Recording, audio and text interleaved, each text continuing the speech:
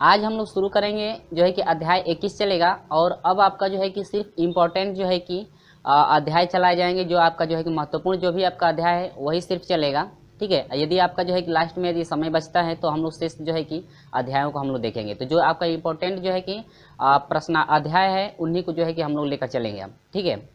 चलिए अब हम लोग लेकर चलेंगे 21 अध्याय नंबर 21 है जो कि आपका समुच्चय सिद्धांत एवं जो है प्रतिचित्रण, ठीक है।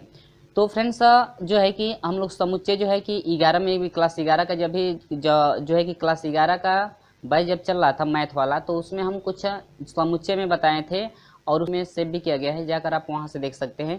क्योंकि यदि आपको इसमें क्लियर नहीं होता है तो वहां पर जो है कि बिल्कुल आपको क्लियर हो जाएगा कैसे जो है कि समुच्चय का सवाल हम लोग सोल्यूशन करते हैं। समुच्चय में आपका क्या क्या होता है उसमें जो है कि सब कुछ बताया गया है, लेकिन हम लोग इसमें भी हम लोग पढ़ते हुए चलेंगे। तो जो कि हम लोग देखेंगे समुच्चय जिस सेट, ठीक है। समुच्चय में पहले हम लोग लिखेंगे नहीं, हम लोग सिर्फ पढ़ते चलेंगे और यहाँ पर जो है कि जो भी आपका एग्जाम्पल होगा उसको हम लोग समझते चलेंगे। तो समुच्चय क्या है देखिए, सुपरिभाषित वस्तुओं के समूह को समुच्चय कहते हैं तथा वस्तुओं को समुच्चय के अवयव कहते हैं, ठीक है। यानी कि सुपरिभाषित वस्तुओं के समूह को समुच्चय कहते हैं तथा वस्तुओं को समुच्चय के अवयव कहते हैं। कह रहा है कि समुच्चय को सामान्यतः अंग्रेजी वर्णमाला के बड़े अक्षरों ABC तथा अवयवों को छोटे अक्षरों ABC से निरूपित करते हैं। यदि x a का अवयव है तब इसे x बिलोंग्स टू a लिखते हैं। एप्सिलॉन बिलोंग्स नहीं, एप्सिलॉन है, एप्सिलॉन यानी x एप्सिलॉन a लिखते हैं। और x a का अवयव नहीं है तब इसे x एप्सिलॉन यानी कि नॉट एप्सिलॉन लिखते हैं। देखिए पूरा इसमें क्या क्या है देखेंगे, ठीक है। करें कि वस्तुओं के सुपरिभाषित संग्रह को, कोई भी आपका समुच्चय होगा तो जो समुच्चय होता है उसको कैपिटल से इंडिकेट करते हैं, capital A, capital B, capital C। कोई भी आपका समुच्चय है जब भी समुच्चय को इंडिकेट करेंगे तो कैपिटल A से, जैसे ये मान लीजिए कैपिटल A ऐसे, यानी कि स्मॉल a जब हम लोग लिखेंगे तो वह अवयव को इंडिकेट करेगा, ठीक है। यानी कि जब भी हम लोग समुच्चयों को निरूपित करेंगे या समुच्चयों को यदि हम लोग लिखते हैं तो कैपिटल A बराबर लिखेंगे। तो सुपरिभाषित संग्रह का मतलब यह हुआ, देखिए कैपिटल A बराबर हो गया, इसमें जो भी आपके अवयव रहेंगे या तो अंक हो तो अंक रहेंगे, या तो पेड़ों के नाम हो तो पेड़ों के नाम रहेंगे, या तो फलों के नाम हो तो फलों के नाम रहेंगे, या जानवरों के नाम हो तो सिर्फ जानवरों के नाम, ठीक है। ये नहीं कि उसमें जानवर भी आ जाए और अंक आ जाए तो आपका समुच्चय नहीं हो। सिर्फ इसमें सुपरिभाषित संग्रह होना चाहिए, जैसे small a, small b, small c, ABCD dash dash करके इन्फिनिटी, ठीक है। तो इसमें कह रहा है कि जो कैपिटल A है यह समुच्चय का इंडिकेट करता है, यानी कि यह समुच्चय है कैपिटल A, आपका कोई एक समुच्चय है। और जो इसके अंदर स्मॉल a में लिखा गया है, स्मॉल में जो लिखा गया है वह समुच्चय A के क्या है, अवयव हैं। यानी कि स्मॉल से लिखते हैं तो वह अवयव को इंडिकेट करता है और कैपिटल से लिखेंगे तो वह किसको इंडिकेट करेगा, समुच्चय को, ठीक है।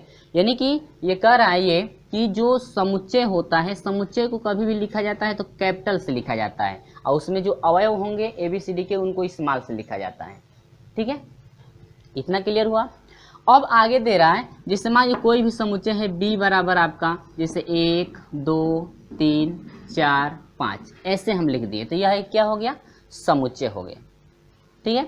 अब देखिए इसमें ये कह रहा है कि यदि मान लीजिए एप्सिलॉन में लिखा था ना, कह रहा था कि x जो है, यदि x कोई एक अवयव है, यह अवयव यदि A में हो, समुच्चय A में, यह जो x है यदि समुच्चय A में है तब हम लोग इसको पढ़ेंगे क्या, देखिए जैसे मान लीजिए A में आपका जो है कि x डैश डैश करेंगे तो आपका इसमें x आएगा कहीं, ठीक है। x तो इसमें आएगा ही कहीं, यहाँ पर लिखे हैं डैश डैश करके, इसमें x तो आएगा ना, या तो ये इसमें x दे रहा है तो पहले x पे समझ लीजिए, उसके बाद जो है कि बाकी सभी अवयव को समझेंगे। जैसे x कह रहा है कि यदि A का समुच्चय है, A का एक क्या है, अवयव, यानी कि x जो है A का अवयव है तो हम लोग लिखेंगे कि x एप्सिलॉन क्या A, यानी कि x जो है समुच्चय A में है, ठीक है। यानी कि x जो है समुच्चय A में है, यहाँ डैश डैश कर दिया गया है तो इसका मतलब इसमें x भी आएगा ना, तो यानी कि x जो है एप्सिलॉन क्या A, यानी कि x समुच्चय A में है, ठीक है। अब देखिए अब यहीं पर लिख दें कि x जो है एप्सिलॉन किस में है, B में, तो क्या x वाला जो अवयव, यह अवयव है ना, यह जो अवयव x है क्या समुच्चय B में है? ये कैपिटल B समुच्चय है ना, तो x क्या समुच्चय B में है? नहीं है ना, इसमें सिर्फ अंक है ना, लेकिन ये कह रहा है कि x समुच्चय B में है, तो नहीं है, तो इसको लिखेंगे क्या? नॉट एप्सिलॉन, यानी कि x जो है समुच्चय B में नहीं है। ठीक है, ये कहने का मतलब इसमें ये था। अब देखिए यहाँ पर जैसे कह दें हम 3 एप्सिलॉन A, क्या 3 जो है समुच्चय A में है? 3 समुच्चय A में नहीं है ना, ये हो जाएगा नॉट। 3 एप्सिलॉन क्या B, क्या 3 जो है समुच्चय B में है? 3 समुच्चय B में है ना, है, तो ये आपका सही है। यदि हम कह दें कि 6 एप्सिलॉन क्या B, क्या जो 6 अवयव है यह समुच्चय B में है? नहीं है ना, तो ये हो जाएगा क्या? नॉट। ठीक है, यानी कि 6 जो है समुच्चय B में नहीं। ये क्लियर हुआ इतना? तो ये रहा समुच्चय। ठीक है, और अभी तक जो है कि आपको क्लियर नहीं हो पाया है तो आप प्लेलिस्ट में जाइएगा, वहाँ पे क्लास 11 का जो है जो मैथ वाला प्लेलिस्ट है उसमें आप जाकर आप वहाँ से देख सकते हैं। वहाँ पर जो है कि विधिवत आपको समझाया गया है, वहाँ पर आपको बिल्कुल क्लियर हो जाएगा। ठीक है, या डिस्क्रिप्शन में हम लिंक दे देंगे, जाकर वहाँ से भी आप देख सकते हैं। चलिए, तो डिस्क्रिप्शन में आपको लिंक दे दिया जाएगा। तो ये रहा क्या? समुच्चय। ठीक है, अब हम लोग देखेंगे समुच्चयों का निरूपण। ये जो समुच्चय है इसको कितने प्रकार से जो है कि निरूपित किया जाता है, जरा वो देखिए। तो समुच्चयों का जो निरूपण होता है 2 विधि से किया जाता है। ठीक है, समुच्चयों का निरूपण के 2 नियम, 2 विधि हैं, सूची विधि, ठीक है, और दूसरा होता है समुच्चय निर्माण विधि। इसका जो है कि पहले भी जो है कि सॉल्यूशन कराया गया है क्लास 11 में मैथ में, जो कि आपका डिस्क्रिप्शन में लिंक दे दिया जाएगा, जाकर वहाँ से देख सकते हैं। वहाँ पे आपको बिल्कुल क्लियर हो जाएगा कैसे जो है कि आपका सॉल्यूशन कराया गया है। ठीक है, यहाँ पर देखिएगा, तो पहली सूची विधि। तो सूची विधि में क्या है जरा देखेंगे हम लोग।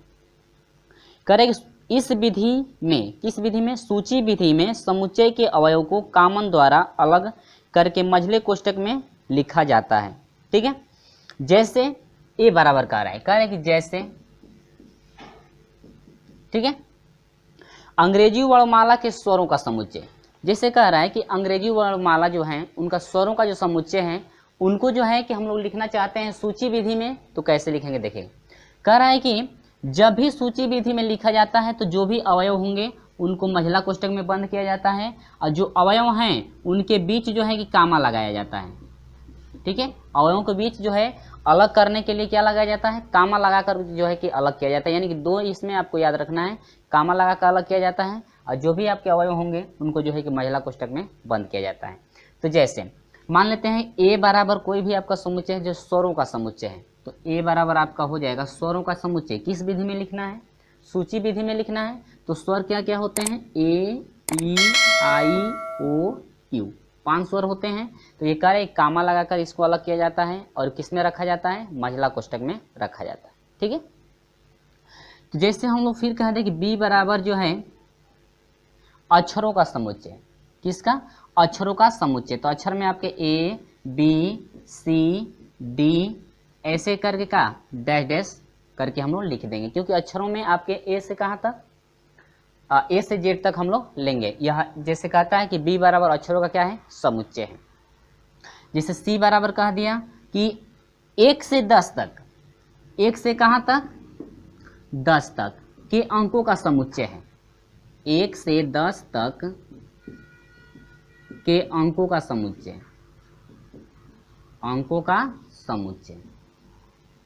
यदि 1 से 10 तक जो है कि अंकों का यदि समुच्चय है तो हम लोग 1 से लेंगे कहाँ तक? 10 तक। 1, 2, 3, 4, 5, 6, 7, 8, 9 और क्या? 10। ये किसका समुच्चय हो गया? अंकों का समुच्चय। जो आपका चल रहा था कौन सी विधि? सूची विधि। ठीक है, ये आपका रहा सूची विधि। तो इस तरह से हम लोग सूची विधि में लिखेंगे।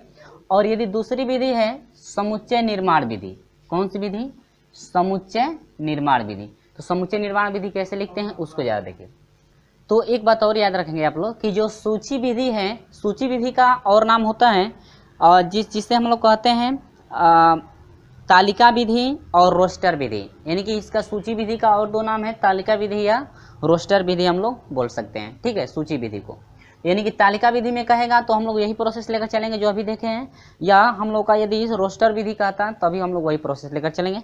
लेकिन अब चलते हैं समुच्चय निर्माण विधि में। ठीक है, चलिए समुच्चय निर्माण विधि में कह रहा है कि इस विधि में, किस विधि में, समुच्चय निर्माण विधि में समुच्चय में ऐसे गुण को लिखा जाता है जो समुच्चय के प्रत्येक अवयव द्वारा संतुष्ट होता है। जैसे देखिए दे रहा है कि जैसे a बराबर आपका दिया है x:x बिलोंग्स कर रहा है क्या, यानी कि एप्सिलॉन n नेचुरल नंबर, तथा जो भी x का मान होगा वो कह रहा है कि 6 से क्या होना चाहिए, छोटा होना चाहिए।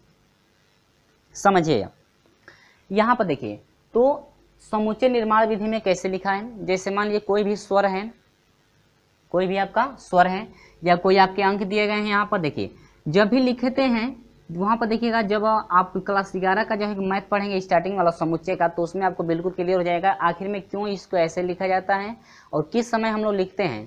ठीक है, वहाँ पे आपको बिल्कुल क्लियर हो जाएगा। यदि यहाँ पे समझ में नहीं आता है तो यहाँ से देखिए x:x एप्सिलॉन n, ठीक है, ये नेचुरल नंबर है, जो कि नेचुरल नंबर यानी x के जो भी मान है वह नेचुरल नंबर से संबंध करते हैं, लेकिन जो x का मान है 6 से क्या छोटा होना चाहिए। जो भी आपके नेचुरल नंबर हैं 6 से क्या होने चाहिए, छोटे। तो 6 से छोटे का मतलब 1 हो जाएगा, 2 3 4 और क्या 5, लेकिन 6 नहीं होगा, 6 से सिर्फ क्या कर रहा है, छोटा। यदि आपका यहाँ पे बराबर हम लोग इंडिकेट कर देते हैं इसके नीचे, तब हम लोग को हो जाता है x के 6 के बराबर और 6 से क्या छोटा, यानी कि 6 तक हम लोग जा सकते हैं। लेकिन यहाँ पर छोटा दिया है तो हम लोग 1 से कहाँ तक चलेंगे, 5 तक। ठीक है, अब देखिए यहाँ पर हम लोग एक और लेते हैं, b बराबर आपका हो जाएगा x:x स्वरों का समुच्चय है, स्वरों का समुच्चय है। ठीक है, स्वरों का क्या है, समुच्चय। तो x:x यानी x वाला जो भी मान है सिर्फ क्या है, स्वर है। तो स्वर में आपके क्या क्या हो जाएंगे, a e i o u। स्वर कितने होते हैं, 5, यानी कि a e i o u, यानी कि जब भी हम लोग समुच्चय निर्माण विधि में लिखेंगे तो x:x के रूप में लिखा जाता है, ये आप लोग याद रखेंगे। ठीक है, x:x के रूप में लिखा जाता है। ठीक है, यानी कि x:x के रूप में कब लिखा जाता है, जब समुच्चय निर्माण विधि में कहता है तो। यानी कि आगे दे रहा है कि इस विधि को नियम विधि, यानी कि इसको और कौन सी विधि कहते हैं, नियम विधि। ठीक है, जो कि आपके क्लास 11 में ये नहीं दिया है, नियम विधि कहते हैं, और दूसरा है गुण विधि भी कहते हैं। कौन सी विधि, गुण विधि। यानी कि जो है समुच्चय निर्माण विधि को किस रूप की, दूसरा नाम क्या क्या है, नियम विधि भी है और क्या, गुण विधि। यानी कि नियम विधि से लिखने के लिए कहेगा तब, या गुण विधि से लिखने के लिए कहेगा तब आप लिखेंगे क्या, समुच्चय निर्माण ही विधि लिखेंगे, क्योंकि तीनों विधियां एक ही हैं। ठीक है, ये आपको क्लियर हुआ। अब इसी तरह से और यदि कहता है कि आपका c बराबर यदि कहता है कि x:x बिलोंग्स कर रहा है n से, ठीक है, जबकि तथा यदि कहता है कि x का जो मान है, x का जो मान है बड़ा होना चाहिए क्या, 8 से। यहाँ पर कह रहा है कि x:x यह एप्सिलॉन नेचुरल नंबर प्राकृतिक संख्याओं से, लेकिन x का जो मान है 8 से क्या होना चाहिए, बड़ा। तो x का मान सिर्फ 8 से बड़ा लेंगे, यानी कि 9 हो जाएगा, 10 11 12 13 डेट इज कहाँ तक, इन्फिनिटी। क्लियर है, यानी कि ये आपका प्रोसेस रहा। ठीक है, यानी कि समुच्चय निर्माण विधि। तो अगला हम लोग देखेंगे समुच्चयों के प्रकार, देखते हैं समुच्चय के प्रकार कितने प्रकार के होते हैं। वीडियो अच्छा लगता है तो लाइक कर दीजिएगा और अपने दोस्तों में शेयर जरूर कर दीजिएगा। तो हम लोग जो है कि शुरू करेंगे समुच्चयों के प्रकार। तो समुच्चय के प्रकार कौन कौन से हैं देखिएगा। समुच्चय को प्रकार में रैखिक समुच्चय पढ़ना है, एकल समुच्चय, परिमित समुच्चय, अपरिमित समुच्चय, इसके बाद समान समुच्चय, उप समुच्चय, उचित उप समुच्चय और समष्टि समुच्चय। ठीक है, इतना आपको समुच्चय पढ़ना है। इसके बाद जो है कि अगली वीडियो में हम लेकर चलेंगे, आपका जो है कि अध्याय शुरू किया जाएगा, हम लोग लेकर चलेंगे अगली वीडियो में अध्याय को। ठीक है, चलिए। तो पहला है हम लोग देखेंगे रिक्त समुच्चय। नंबर 1 रिक्त समुच्चय। रिक्त समुच्चय, तो रिक्त समुच्चय ऐसा समुच्चय होता है जैसे पढ़ने में भी हम लोग लग रहा है कि रिक्त माने क्या, खाली। ठीक है, रिक्त माने क्या, खाली, लेकिन कहता क्या है जरा देखिएगा। कह रहा है कि ऐसा समुच्चय जिसमें कोई अवयव नहीं होता है रिक्त समुच्चय कहलाता है। इसे फाई या महिला कोष्ठक से निरूपित करते हैं। देखिए कोई भी ऐसा अवयव हो जिनमें एक भी अवयव न हो, कोई भी ऐसा अवयव नहीं, ऐसा कोई समुच्चय है जिनमें कोई भी अवयव न हो। देखिए ये ए बराबर आपका ये कोई समुच्चय है, ये समुच्चय तो है, समुच्चय तो है, ये नहीं देखिए महिला क्वेश्चन में जब है तो ये समुच्चय है, लेकिन यह कौन सा समुच्चय है? रिक्त समुच्चय, क्योंकि इसमें जो है कि एक भी अवयव नहीं रखे गए हैं, तो इसको हम लोग फाई भी बोल सकते हैं, या हम लोग ऐसे भी कर लिख देंगे तो हम लोग क्या हो जाएगा, ये रिक्त समुच्चय हो जाएगा।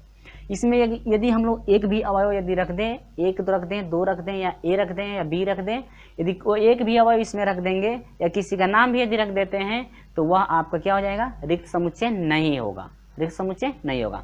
रिक्त समुच्चय को सिर्फ हम लोग फाई से इंडिकेट करते हैं, या ऐसे यदि महिला कोष्ठक बना देंगे तभी आपको क्या हो जाएगा, रिक्त समुच्चय हो जाएगा। ठीक है, यानी कि ऐसा समुच्चय जिसमें एक भी अवयव न हो तो उसे हम लोग क्या कहते हैं, रिक्त समुच्चय कहते हैं।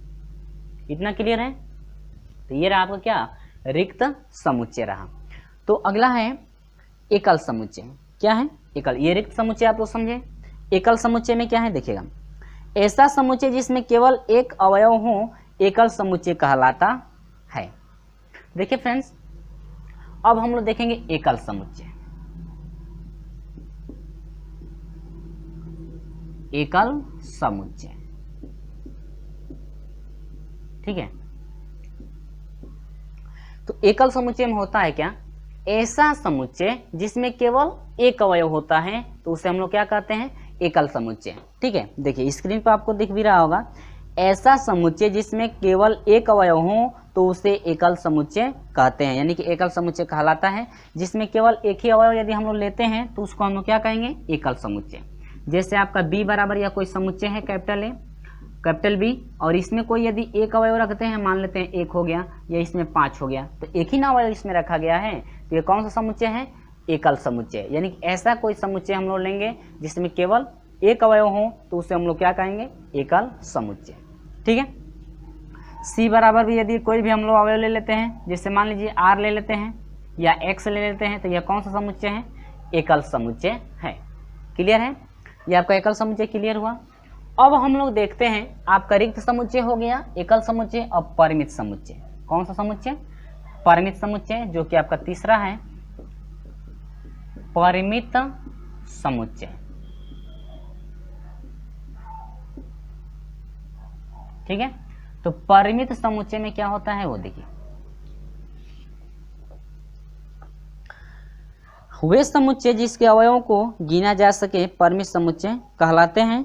इनके अवयवों की संख्या को कार्डिनल संख्या कहते हैं। इसे OA या NA से निरूपित करते हैं। इनकी इसको OA से निरूपित करेंगे या हम लोग क्या NA से निरूपित करते हैं। यह परिमित है, ये इसको हम लोग कार्डिनल संख्या भी बोल सकते हैं।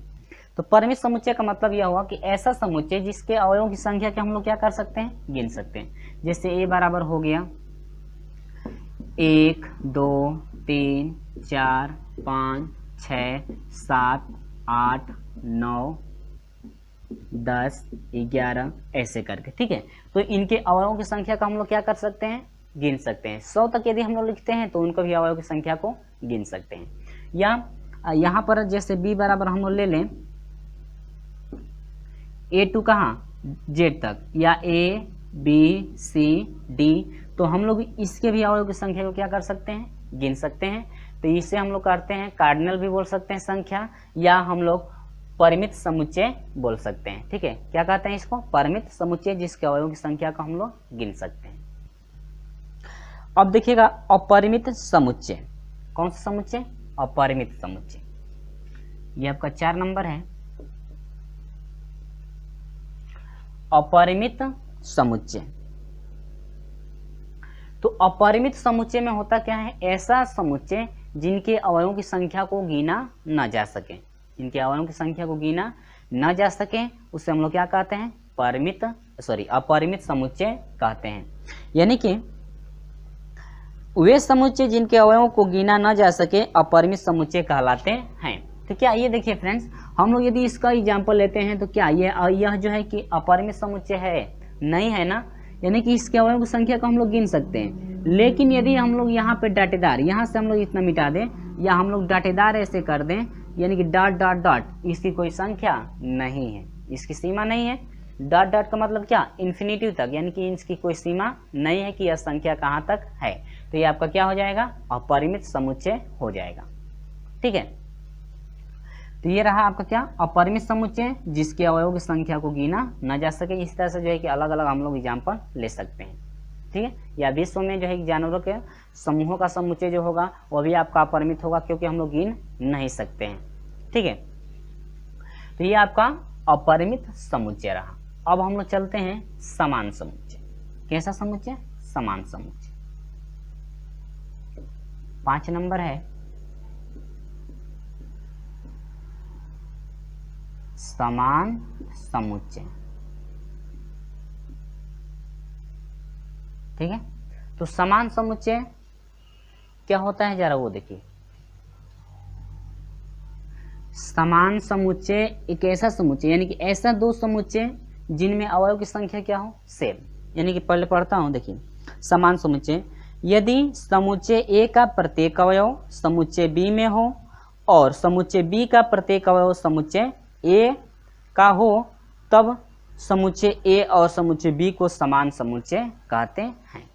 ठीक है, देखिए कह रहा है कि यदि ए कोई समुच्चय है, जैसे 1 2 3 5, ठीक है, और 20 कोई समुच्चय है, जैसे 3 2 5 1, तो ये कह रहा है कि ये दोनों समुच्चय जो हैं समान समुच्चय तभी होंगे जब ए का प्रत्येक अवयव किस में हो, बी में हो, और बी का प्रत्येक अवयव किस में हो, ए में।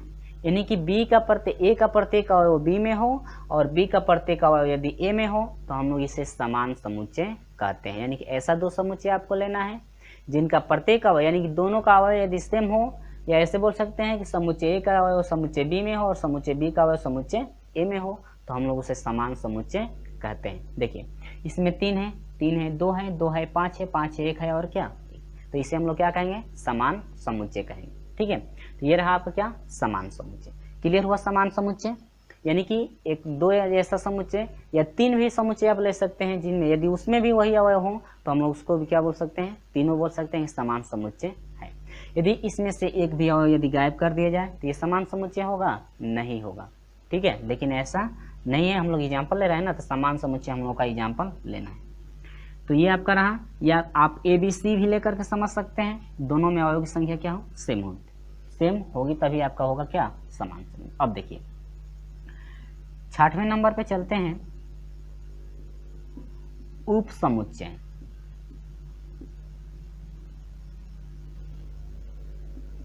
ठीक है, कौन कैसा समुच्चय, उप समुच्चय। तो उप समुच्चय क्या होता है जरा समझिए।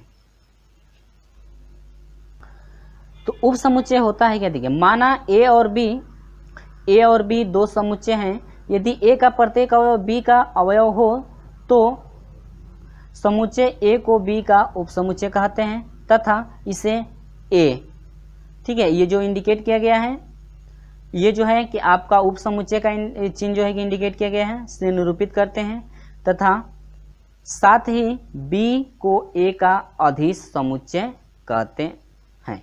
यानी कि साथ ही जो है बी को ए का क्या कहेंगे, अधीश समुच्चय। जो उप समुच्चय होता है ए, यानी कि ऐसे इंडिकेट हम लोग करेंगे तो इसको हम लोग उप समुच्चय बोलते हैं। हम लोग पढ़ते हैं इसको, बी को जो है ए का अधीश समुच्चय भी कहते हैं। कैसा समुच्चय, अधीश समुच्चय। ठीक है, अब देखिए कह रहा था कि दो समुच्चय आपको ऐसा लेना है जो ए का प्रत्येक अवयव बी में हो। ठीक है, तो उसे उप समुच्चय कहेंगे। जैसे मान लीजिए ए बराबर आपका है 1 2 3 4 5, ठीक है, और बी बराबर आपका है 1 2 3 4 5 6 7 8। ठीक है, देखिए कह रहा है कि ए का प्रत्येक अवयव किस में है, बी में है। ठीक है, ए का प्रत्येक अवयव किस में होगा, बी में होगा। ये नहीं कि बी का प्रत्येक अवयव ए में है तो हम लोग कहेंगे कि यह उप समुच्चय, तब उल्टा पढ़ेंगे हम लोग, होगा लेकिन उल्टा होगा। यदि बी का प्रत्येक अवयव ए में हो और एक ऐसा अवयव होना चाहिए जो इसमें ना हो। ठीक है, देखिए ए का प्रत्येक अवयव किस में हो, बी में है, लेकिन बी का प्रत्येक अवयव जो है कि ए में नहीं होना चाहिए, तब हम लोग क्या कहेंगे, उप समुच्चय। तो कहेंगे कि ए जो है बी का उप समुच्चय है। ठीक है, और उप समुच्चय को इससे इंडिकेट करेंगे। क्लियर है, यानी कि ए उप समुच्चय क्या, बी। और इसको बोल सकते हैं बी को ए का अधीश समुच्चय कहते हैं। यदि अधीश समुच्चय की बात करें, बी जो है ए का कैसा समुच्चय है, अधीश समुच्चय है। अब देखिए यहाँ पर भी समझ लीजिए, यदि हम लोग यहाँ से इतना हटा दें, ठीक है, अब देखिए क्या ए जो है बी का उप समुच्चय होगा, नहीं होगा। इसमें 5 है तो इसमें 5 नहीं है, तो नहीं है। लेकिन अब क्या है, देखिए अब बी का प्रत्येक अवयव किस में है, ए में। बी का प्रत्येक अवयव ए में है ना, तो हम लोग कहेंगे कि बी जो है उप समुच्चय है किसका, ए का। बी जो है उप समुच्चय है किसका, ए का। अधीश समुच्चय किसका होगा जाएगा। अब ए जो है बी का क्या होगा, अधीश समुच्चय।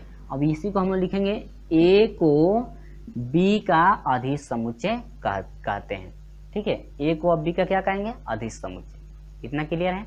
वीडियो अच्छा लगता है तो लाइक कर दीजिएगा और अपने दोस्तों में शेयर तो जरूर कर दीजिएगा। तो ये रहा आपका क्या, उप समुच्चय रहा। आप लोग जो है कि अक्षरों द्वारा भी इंडिकेट करके देख सकते हैं। इसके बाद है उचित उप समुच्चय। 7वां नंबर है उचित उप समुच्चय। तो उचित उप समुच्चय क्या होता है वो देखिए।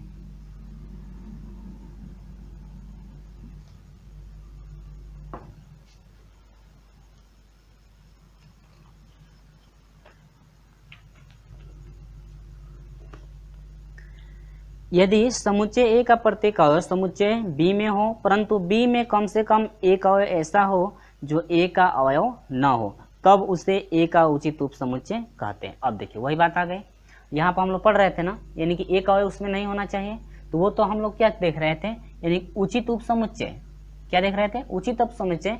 लेकिन उसको हम लोग उसको जो है कि उप समुच्चय बोल रहे थे ना, यानी कि वो जो है कि आपका एक उप समुच्चय था और उसमें अधीश भी आ रहा था। लेकिन अब हम लोग पढ़ेंगे उचित उप समुच्चय। इसमें भी सेम प्रोसेस वही है, सिर्फ आपका उसमें अधीश नहीं रहेगा।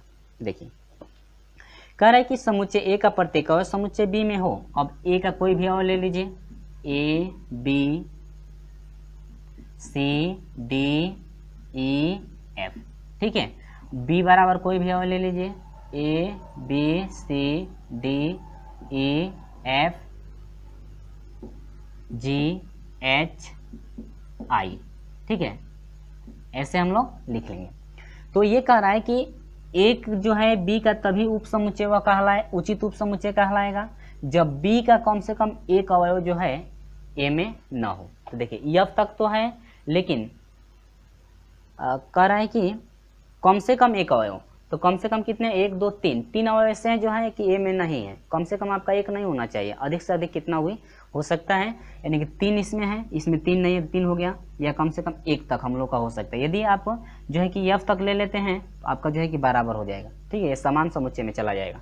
लेकिन कह रहा है कम से कम एक या अधिक से अधिक भी ले सकते हैं, तो कम से कम एक अवयव नहीं होना चाहिए। तो इसमें एफ तक तो है, लेकिन 3 अवयव जो है कि ए में नहीं है। तो हम लोग कहेंगे कि ए का प्रत्येक अवयव बी में तो है, लेकिन बी का प्रत्येक अवयव ए में नहीं है। तो यह कहेंगे कि ए जो है उचित उप समुच्चय है आपका किसका, बी का। ए जो है उचित उप समुच्चय किसका है, बी का। यानी कि ए उचित उप समुच्चय है किसका, बी का। ठीक है, लेकिन हम लोग उप समुच्चय में चलेंगे तो अब हम लोग पढ़ेंगे क्या, बी जो है अधीश उप समुच्चय है किसका, बी। ठीक है, यहां तक आपको क्लियर हुआ।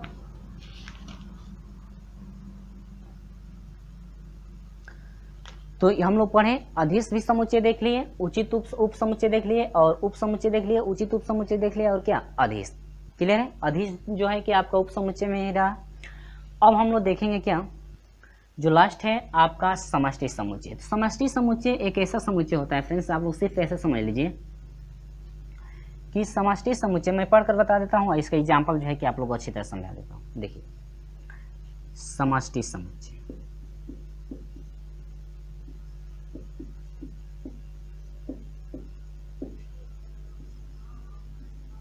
ठीक है, तो समष्टि समुच्चय का मतलब यह होता है कि आपका देखिए कितना भी समुच्चय है, एक समुच्चय, दो समुच्चय, तीन समुच्चय, चार समुच्चय जो होता है, यानी कि चार पांच ऐसे समुच्चय यदि होते हैं तो चारों पांचों समुच्चय के अवयव जो हैं कि आपके समष्टि में आते हैं।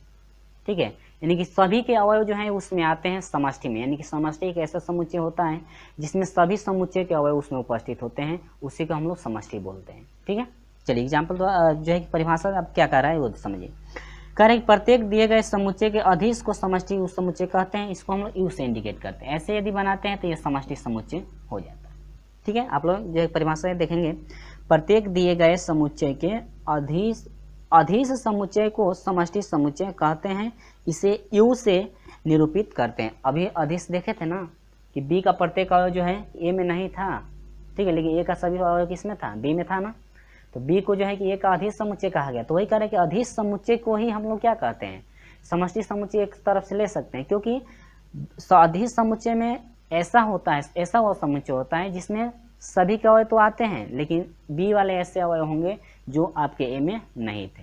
ठीक है, तो ऐसे जो है कि साधारण भाषा में समझ लीजिए कि समष्टि जो समुच्चय होता है यू से इंडिकेट किया जाता है, और इस समष्टि समुच्चय में जितने भी आपके अवयव हैं सभी के अवयव, जैसे आपका ए बराबर हो गया 1 2 3 4, ठीक है, जैसे बी बराबर आपका हो गया 6 7 8, ठीक है, और आपका सी बराबर हो गया जैसे मान लीजिए 9 10, ऐसे करके हो गया। लेकिन ये जो समष्टि आप लेंगे, समष्टि ऐसा होता है जो सभी का अवयव इसी में होगा, सभी का अवयव इसमें होगा, भले ही अधिक भी अवयव इसमें हो सकता है, जैसे 1 2 3 4 5 6 7 8 9 10 11 12 13 14, ठीक है।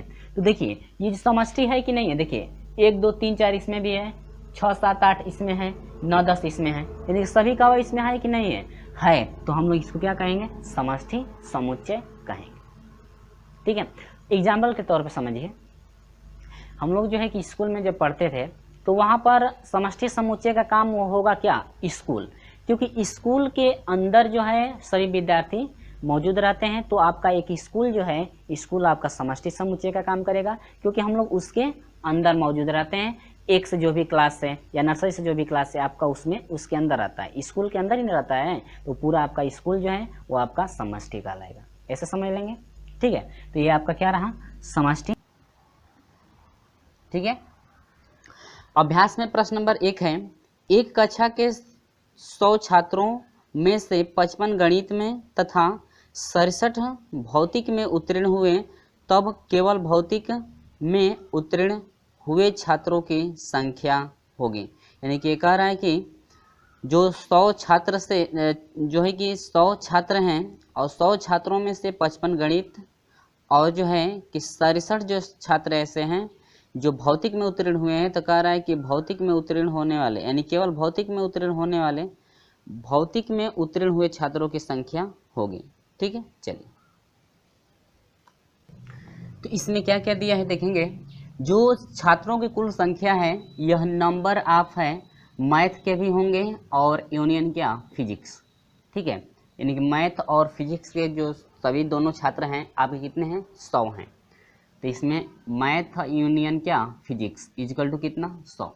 इसके बाद कह रहा है कि नंबर ऑफ मैथ में, यानी कि गणित वाले जो हैं आपके टोटल कितने हैं, 55, और जो नंबर ऑफ फिजिक्स वाले हैं और कितने हैं आपके, 67 हैं।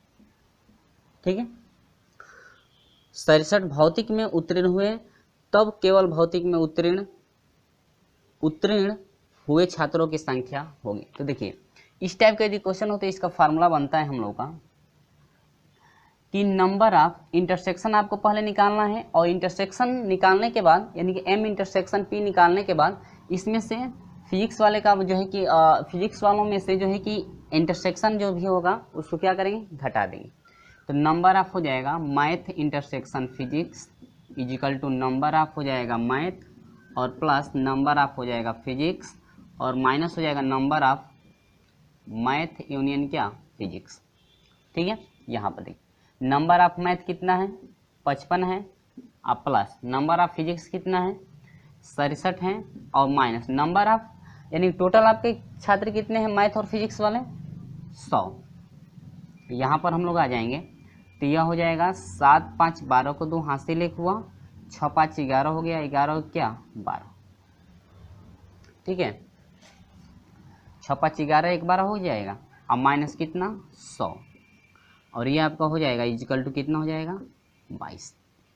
यानी कि नंबर ऑफ मैथ इंटरसेक्शन क्या फिजिक्स, यानी कि दोनों में जो कॉमन छात्र हैं 22 छात्र ऐसे हैं जो मैथ भी पढ़ते हैं और फिजिक्स भी पढ़ते हैं, ठीक है।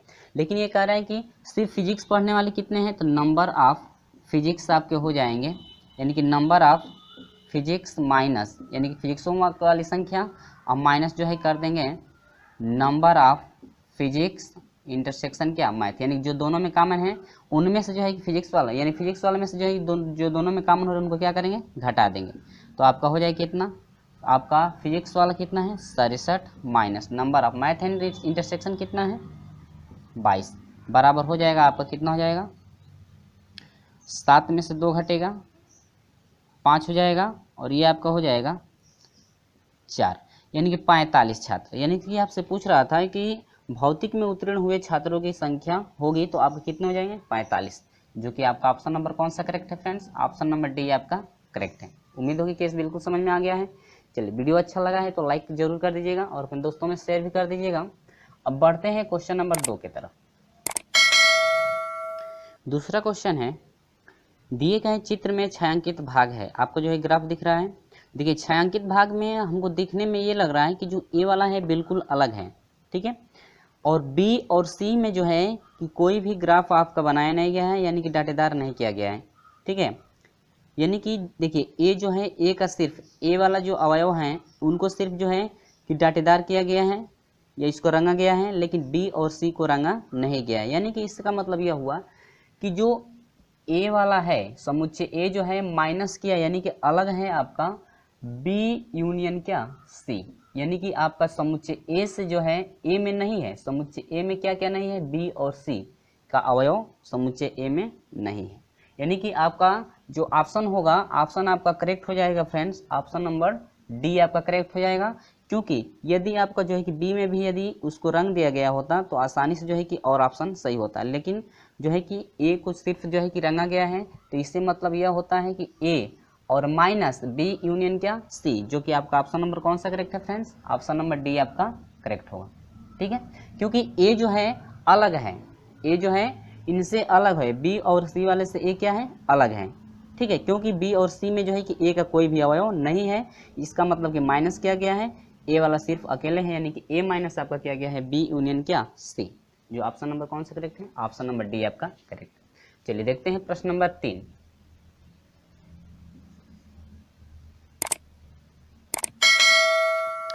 तो प्रश्न नंबर 3 है, कह रहा है कि निम्नलिखित समुच्चय का प्रतीकात्मक रूप होगा। आपसे पूछ रहा है कि 1 3 5 7 डैश डैश है, तो ये बताइए कि इसमें से कौन सा ऑप्शन सही है। x कोलन x एक सम संख्या है। देखिए इसमें आप लोग देखते चलेंगे, कह रहे कि जो ये आपकी संख्या है x कोलन x ये एक सम संख्या है, तो ये सम संख्या है नहीं, ऑप्शन नंबर ये आपका करेक्ट नहीं है। x कोलन x एक विषम संख्या है। अब ये करे कि ये विषम संख्या 1 3 5 7 ये विषम संख्या है ना, तो ऑप्शन नंबर कौन सा करेक्ट है, ऑप्शन नंबर बी आपका करेक्ट है। x कोलन x ये जो है सभी संख्याएं कैसी हैं विषम संख्या, यदि सम संख्याएं होती तो ऑप्शन नंबर कौन सा करेक्ट होता, ए आपका करेक्ट होता, ठीक है, क्लियर है। चलिए बढ़ते हैं क्वेश्चन नंबर 4 की तरफ। तो क्वेश्चन नंबर 4 में क्या कह रहा है जरा देखेंगे आप लोग। कह रहा है कि 32 के भाजकों का समुच्चय है, जो कि ऑप्शन भी आपको दिया गया है, ठीक है, ऑप्शन भी आप लोग मिला लेंगे कौन सा ऐसा ऑप्शन है 32 जिससे कट सके, यानी कि सभी अवयवों से जो है कि 32 कट सकता है, यानी कि भाजकों का समुच्चय। तो देखिए 2 4 8 16 और जो 32 है इससे भी कट सकता है, लेकिन ये भाजकों का समुच्चय ना 32 के भाजकों का समुच्चय का मतलब यह हुआ कि 1 से भी कट सकता है, यानी कि 1 2 3 4, यानी कि ऑप्शन नंबर आपको कौन सा इसका करेक्ट है, ऑप्शन नंबर सी आपका करेक्ट होगा कि 32 के भाजकों का समुच्चय जो है 1 2 3 8 16 और क्या 32। देखिए बी में भी आपके 2 4 हैं, लेकिन आपका उसमें 1 है नहीं, ठीक है, 1 से भी वह कट सकता है, तो आपका हो जाएगा 1 2 4 8 16 और क्या 32 जो है यह भाजकों क्या है समुच्चय, यानी कि ऑप्शन नंबर कौन सा करेक्ट है, ऑप्शन नंबर जो है कि सी आपका करेक्ट है। क्लियर है। चलिए बढ़ते हैं क्वेश्चन नंबर 5 की तरफ। क्वेश्चन नंबर 5 क्या कह रहा है,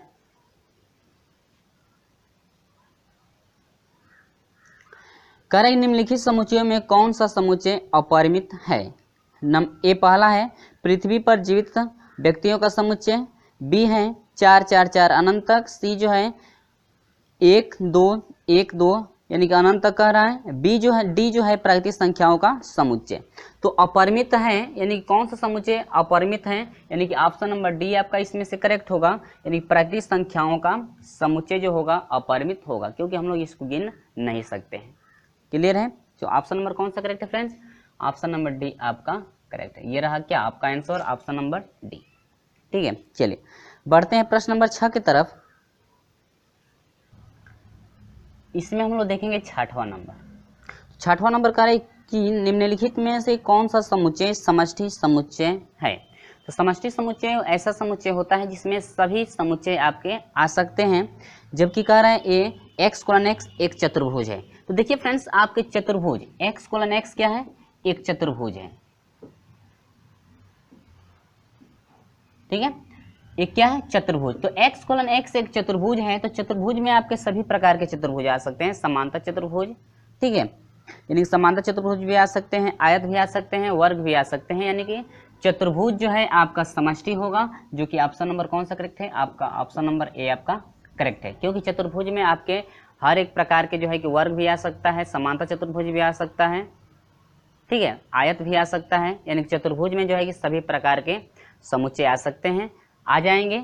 यानी कि x कोलन x एक क्या है चतुर्भुज है, तो चतुर्भुज का मतलब यह हुआ यह एक क्या है समष्टि है, क्योंकि चतुर्भुज में जो है कि सभी अवयव सभी जो है कि आपके वर्ग भी आता है, आयत भी आता है, समांतर चतुर्भुज भी आता है, किसमें चतुर्भुज में, ठीक है, क्योंकि वह क्या होते हैं चतुर्भुज है, चतुर्भुज होते हैं। तो ये ऑप्शन नंबर कौन सा करेक्ट है, ऑप्शन नंबर ए आपका करेक्ट है।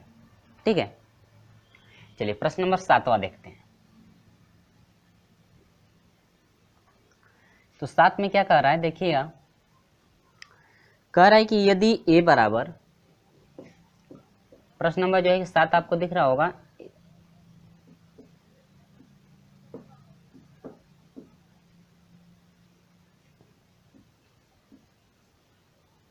तब निम्नलिखित में से कौन सा कथन सत्य है। आपका पहला है 5 6 उचित उप समुच्चय है ए का। तो फ्रेंड्स आपका जो है कि ऑप्शन नंबर ए करेक्ट होगा, यानी कि 5 जो 6 है उचित उप समुच्चय है किसका, ए का।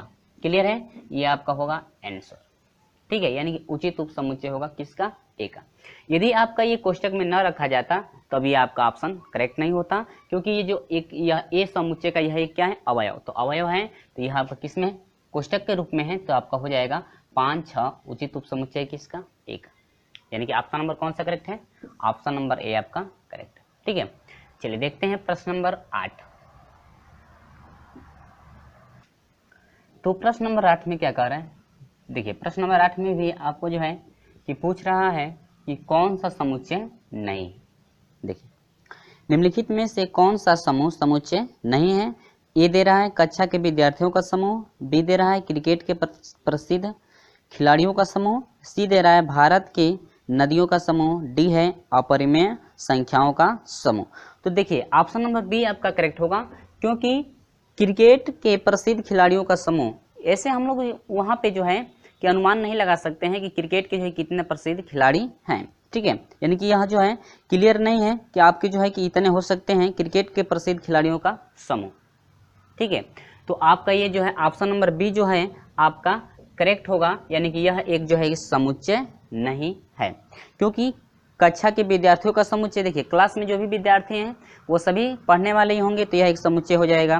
क्रिकेट वाला जो है यह समुच्चय नहीं होगा, क्योंकि हम लोग क्लियर नहीं है कितने हो सकते हैं।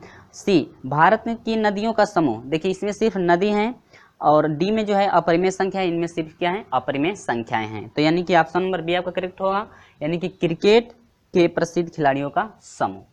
ठीक है, अब हम लोग बढ़ते हैं क्वेश्चन नंबर 9 की तरफ।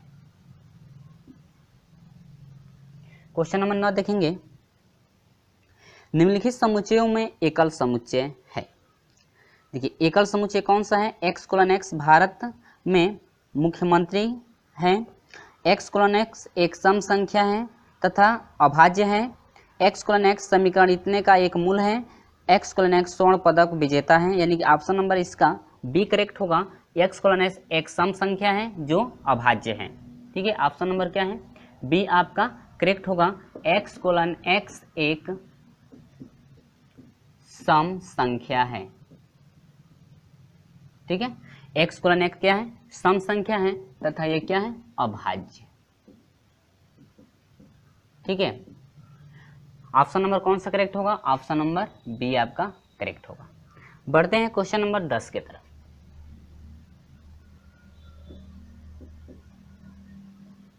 अब क्वेश्चन नंबर 10 क्या है देखिएगा, समुच्चय ए बराबर दिया है, समुच्चय ए बराबर दिया है ए बी के उप समुच्चयों की संख्या 3, 4, 2 और क्या 1, यानी कि ए बराबर दिया गया है 1 ए बी, तो कह रहा है कि इसमें उप समुच्चयों की संख्या कितनी है। तो फ्रेंड्स उप समुच्चय की यदि संख्या निकालते हैं तो उप समुच्चयों की यदि संख्या फाइंड करते हैं तो संख्या बराबर होता है 2 का पावर n। नंबर ऑफ जो है समुच्चय में जितने अवयव होंगे उनको रखा जाता है, तो 1 2 अवयव हैं तो 2 का पावर 2 बराबर आपका हो जाएगा 2 गुणे 2 बराबर कितना 4, यानी उप समुच्चयों की संख्या कितनी हो जाएगी 4 आपकी हो जाएगी। तो ऑप्शन नंबर कौन सा करेक्ट होगा, ऑप्शन नंबर जो है बी आपका करेक्ट होगा। कितना है फ्रेंड्स 4। वीडियो अच्छा लगता है तो लाइक कर दीजिएगा और अपने दोस्तों में शेयर तो जरूर कर दीजिएगा। चलिए हम लोग बढ़ते हैं क्वेश्चन नंबर जो है कि 11 की तरफ। तो प्रश्न नंबर 11 को ज़रा ध्यान में देखिएगा, मैं यहाँ पर पहले सोल्यूशन करा दिया हूँ ताकि हमको समझाने में आपको परेशानी ना हो। देखिए प्रश्न नंबर 11 है कि एक टीवी सर्वेक्षण टीवी दर्शकों के निम्नलिखित आंकड़े दर्शाता है 60% दर्शक कार्यक्रम ए देखते हैं, 50% दर्शक कार्यक्रम बी देखते हैं तथा 50% दर्शक कार्यक्रम सी देखते हैं, 30% ए तथा सी दोनों देखते हैं कार्यक्रम को, 10% जो है कि तीनों कार्यक्रम को देखते हैं। जो केवल 2 कार्यक्रम देखते हैं ऐसे लोगों का प्रतिशत होगा, यानी कह रहे हैं कि जो केवल 2 कार्यक्रम देखते हैं उनका जो है कि प्रतिशत, ऐसे लोगों का जो है प्रतिशत कितना होगा वही हम लोग क्या करना है फाइंड करना है। ठीक है, चलिए देखिएगा, कह रहा है कि 60% ए कार्यक्रम को देखते हैं, 50% जो है वह देखते हैं बी कार्यक्रम को और 50% जो है सी कार्यक्रम को देखते हैं और जो है 30% जो है ए और सी दोनों कार्यक्रम को देखते हैं और तीनों कार्यक्रम को 10% ऐसे हैं जो तीनों कार्यक्रम को देखते हैं ए बी और क्या सी। ठीक है, चलिए देखिएगा यहाँ पर तीनों कार्यक्रम को जब देख रहे हैं 10%, तो देखिए ए बी सी, तो हम लोग का ये वेन आरेख बनाया गया है, 3 वेन आरेख बनाया गया है जिसमें से यह ए है, बी है और ये क्या है सी। अब देखिए 10% ए बी सी, यानी कि तीनों में जो कॉमन होगा उसमें आपका रहेगा 10%। तो देखिए ये जो ग्राफ हम लोग बनाया है तीनों का कटान बिंदु, देखिए इसमें ए बी वाला भी आ रहा है, ए वाला भी यहाँ पर आ रहा है और सी वाला, तीनों जो कार्यक्रम होगा कितना 10%। तो तीनों में जो है कि तीनों में यानी कि आप जो है कि 10% वहीं पर रखेंगे जहाँ पर आपका तीनों पड़ेगा। ठीक है, तीनों का कटान बिंदु ये है, तो आपका 10% तीनों हो गया। अब देखिए हम लोग को ए बी का परसेंटेज मालूम नहीं है और बी सी का, तो मान लेते हैं कि ए बी में जो दर्शक हैं वह 10% है और बी सी का दर्शक कितना है y%। ठीक है, यहाँ पर इसके बाद देखेंगे। अब देखिए क्या कह रहा है कि 60% ए में, तो 60% ए में है ना, तो ए में देखिए 60% है, तो अब देखिए ए में क्या क्या आ रहा है वो देखिए इतना आ रहा है ना, देखिए ए वाला ये पूरा ग्राफ है, ए में x भी आ रहा है, 10 भी आ रहा है और 20 भी आ रहा है, तो 10 और 20 30 हो जाएगा और 30 धन x हो जाएगा। और इसमें अगर 60 में से क्या करेंगे घटा देंगे तो पता चल जाएगा कितना परसेंटेज आपका टोटल बच रहा है। ठीक है, तो आपका हो जाएगा 10 20 30 हो जाएगा, 30 + x अब माइनस कर देंगे किस में से 60 में से। उसी तरह से बी में देखिए, बी में 50% है ना, अब देखिए बी में कौन कौन आ रहे हैं वो देखिए, बी में क्या क्या आ रहा है, बी वाले में आ रहा है देखिए आपके ये आपका बी वाला ग्राफ है, तो बी में x आ रहा है 10 आ रहा है y, यानी इन तीनों को जोड़ देंगे 50 में से क्या करेंगे घटा देंगे, तो x धन 10 धन y, x धन 10 धन y हो गया अब माइनस क्या कर देंगे, आपका जितना जोड़ा गया है सभी को माइनस कर देंगे, पता चले कितना परसेंटेज इसमें बचा हुआ है। ठीक है, पूरे परसेंटेज में से इसको हम लोग क्या करेंगे, घटा देंगे, क्योंकि ये तीनों में आ रहा है ना। अब देखिए वही प्रोसेस आपका 50% किस में है, सी में। अब देखिए 50% सी में है, तो सी में देखिए कौन कौन आ रहे हैं, ये 10 20 आ रहा है, 10 और क्या वाई, तो 10 20 30 हो जाएगा, प्लस वाई घटा देंगे किस में से, 50 में से। ये प्रोसेस बन गया। अब देखिए अब ए सी में यानी ए और सी में, देखिए ए और सी इन दोनों में, तो ए और सी यानी कि ए वाला ये है, ए वाला ये है, ये वाला ए, यानी ए और सी में आपके 30% है, लेकिन ए और सी में कितना है, 10% है ना दोनों में कॉमन, तो 30 में से 10 घटाने कितना, 20 बच गया। अब तीनों में जो है कि 10% था, तो ये तीनों में तो आपका 10% हो, क्योंकि तीनों में से 10% निकलेगा ही। अब यहाँ पर क्या किया गया है कि सभी मानों को एक ही में जोड़ा गया है। देखिए 60 माइनस इसको एक बार जोड़ा गया है, प्लस एक्स करके 10 करके, इसके बाद 20 करके जोड़ा गया है, इसके बाद 50 माइनस इसको जोड़ा गया है, इसके बाद फिर इसको जोड़ा गया है, देखिए वाई, इसके बाद वाई को भी जोड़ा गया है। 50 माइनस 30 बराबर कितना, 100%। तीनों को यदि जोड़ा जाता है कितना परसेंटेज होना चाहिए, 100%। इसके बाद जो है कि हम लोग x प्लस वाई का मान निकाले हैं, तो आपका निकला है क्या, x प्लस वाई बराबर कितना, 20। अब ऐसे व्यक्ति योग का प्रतिशत जो केवल 2 कार्यक्रम देखते हैं, तो x प्लस वाई धन 20, और यहाँ से हो जाएगा x प्लस वाई का मान कितना है, 20, और 20 कितना हो जाएगा, 40, यानी कितना प्रतिशत हुआ, 40%, जो कि आपका ऑप्शन नंबर जो है बी आपका करेक्ट है। ऑप्शन नंबर कौन सा करेक्ट है, ऑप्शन नंबर बी। उम्मीद होगी कि बिल्कुल समझ में आ गया है। चलिए बढ़ते हैं क्वेश्चन नंबर जो है कि 12 के तरफ। क्वेश्चन नंबर जो है कि 12 है, निम्नलिखित वेन चित्रों में से कौन सा चित्र ए यूनियन बी का पूरक समुच्चय को प्रदर्शित करता है, यानी डैश जो है वह पूरक समुच्चय इंडिकेट करता है। आप लोग याद रखेंगे ए यूनियन बी डैश को प्रदर्शित करता है। ऑप्शन भी 4 आपके दिए गए हैं, जिनमें से ए यूनियन बी का यदि पूरक समुच्चय यदि इसका ग्राफ बनाया जाए तो आपका ए वाला ग्राफ बनेगा। आप लोग इसको याद रखेंगे, ठीक है, आप लोग इस ग्राफ को याद रखेंगे कि ए यूनियन बी का यदि पूरक समुच्चय ग्राफ बनाया जाता है तो कैसा ग्राफ आपका बनता है। ठीक है, इसे आप लोग याद रखेंगे। कुछ चीज़ें ऐसी हैं जिनको आपको याद रखना पड़ेगा। ठीक है, तो ये आपका हो गया। ऑप्शन नंबर कौन सा करेक्ट है, ऑप्शन नंबर ए आपका करेक्ट होगा। ठीक है फ्रेंड्स, आप लोग याद रखेंगे कि ए यूनियन बी का पूरक समुच्चय का जो है ग्राफ आपका ऐसा बनता है। तो ये रहा क्वेश्चन नंबर 12 का, ऑप्शन नंबर ए आपका करेक्ट है। ठीक है, 4 ऑप्शन दिए गए हैं, जिसमें से पहला ऑप्शन आपका करेक्ट होगा, यह ए यूनियन बी का क्या है, पूरक समुच्चय है। तो चलिए हम लोग बढ़ते हैं क्वेश्चन नंबर 13 की तरफ।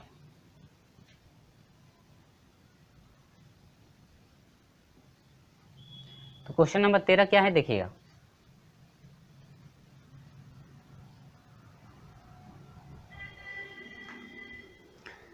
यदि कह रहा है कि क्वेश्चन नंबर 13 आपको दिख रहा होगा, ए बराबर दिया है 1 3 5 7 8, ठीक है, और इसके बाद बी बराबर दिया है 5 7 9 और 11। तो कह रहा है कि ए यूनियन बी फाइंड कीजिए। ए यूनियन क्या निकालना है, बी का मान कौन सा ऑप्शन आपका करेक्ट होगा। तो देखिए फ्रेंड, 2 चीज़ें हम लोग समझेंगे, ये जो कि आपका लास्ट क्वेश्चन है, इसके बाद चलेंगे हम लोग अगले वीडियो में। तो 2 चीज़ें आपको ये समझना है कि ए यूनियन बी आपको फाइंड किया जा रहा है, तो इसमें कभी कभी इंटरसेक्शन भी निकलता है, तो हम लोग दोनों समझेंगे। इंटरसेक्शन कैसे निकालेंगे और यूनियन कैसे निकालेंगे वो देखिएगा। ये आपके दो ए और बी आपके 2 जो है कि समुच्चय दिए गए हैं, इसके कारण है कि ए यूनियन बी निकालिए। तो ए यूनियन बी कैसे निकलता है देखिएगा। अब इन दोनों समुच्चयों में ये देखना है कि कोई भी अवयव कॉमन होगा तो उसको सिर्फ एक बार रखेंगे, जब दोनों में होगा तो उसको एक बार रखेंगे, और जो कॉमन नहीं होगा उसको भी हम लोग लिखेंगे। ठीक है, यूनियन का मतलब ये होता है, जैसे इसमें समुच्चय ए में पहला अवयव 1 है, इसमें 1 नहीं ना है तो आपका 1 हो जाएगा। इसमें 3 है, इसमें 3 नहीं है तो आपका 1 3 हो जाएगा। इसमें 5 है, इसमें 5, देखिए दोनों में 5 है, तो ये नहीं कि 2 बार लिखना है, सिर्फ कब बार, 1 बार, 5 हो गया। और इसमें 7 है, दोनों में 7 है तो 7 एक बार। इसमें 8 है, इसमें 8 नहीं है तो 8 भी एक बार। इसके बाद इसमें 9 है, इसमें 9 नहीं है तो क्या हो जाएगा, 9 हो जाएगा। इसके बाद 11 है, इसमें 11 नहीं है तो क्या हो जाएगा, 11। ये आपका रहा क्या, यूनियन, यानी कि ए यूनियन क्या, बी। ठीक है, तो जो कि आपका ऑप्शन नंबर कौन सा करेक्ट है, 1 3 5 7 8 9 11। ऑप्शन नंबर जो है आपका फ्रेंड्स बी आपका करेक्ट है, ठीक है। लेकिन यदि हम लोग इंटरसेक्शन निकालते हैं, ए इंटरसेक्शन क्या बी, यदि ए इंटरसेक्शन बी, यदि हम लोग इंटरसेक्शन जब निकालते हैं तो इंटरसेक्शन में सिर्फ हम लोग कॉमन लेते हैं। इंटरसेक्शन में क्या लेंगे, सिर्फ कॉमन लेंगे। तो देखिए इन दोनों में कॉमन क्या क्या है, 5 है, इसके बाद क्या है 7 है, इसके बाद क्या है 8 तो नहीं है, यानी कि 5 और कितना हो जाएगा 7। इंटरसेक्शन वाला नहीं है ना, यदि 5 और 7 यदि इंटरसेक्शन निकालने के लिए कहा था तो ऑप्शन नंबर आपका सी करेक्ट हो जाता। ऑप्शन नंबर क्या करेक्ट होता, सी। कब, यदि इंटरसेक्शन पूछता तब, यानी कि ए इंटरसेक्शन यदि बी पूछता तब, या बी इंटरसेक्शन ए पूछता तभी आपका यही मिलेगा, ठीक है। और यहाँ पर यदि बी यूनियन यदि ए कहता तभी आपका यही फाइंड होगा। तो ये आपको क्लियर हुआ, समझ में आया। उम्मीद होगी कि आपको बिल्कुल क्लियर हो गया होगा इंटरसेक्शन और जो है कि यूनियन कैसे फाइंड करते हैं, ठीक है। तो यूनियन इंटरसेक्शन में आपका इतना मान आएगा, यूनियन वाला इतना। तो आपसे यूनियन पूछ रहा है तो आपका ऑप्शन नंबर जो है कि बी आपका करेक्ट होगा। तो फ्रेंड्स आपको जो है कि बिल्कुल क्लियर हो गया होगा, और वीडियो अच्छा लगा है तो लाइक कर दीजिएगा, अपने दोस्तों में शेयर जरूर कर दीजिएगा। और अभी तक हमारे साथ नहीं जुड़े हैं तो चैनल को सब्सक्राइब करके जुड़िएगा, साथ में बेल आइकन प्रेस भी कर दीजिएगा ताकि समय से आपको हमेशा नोटिफिकेशन मिलती रहे।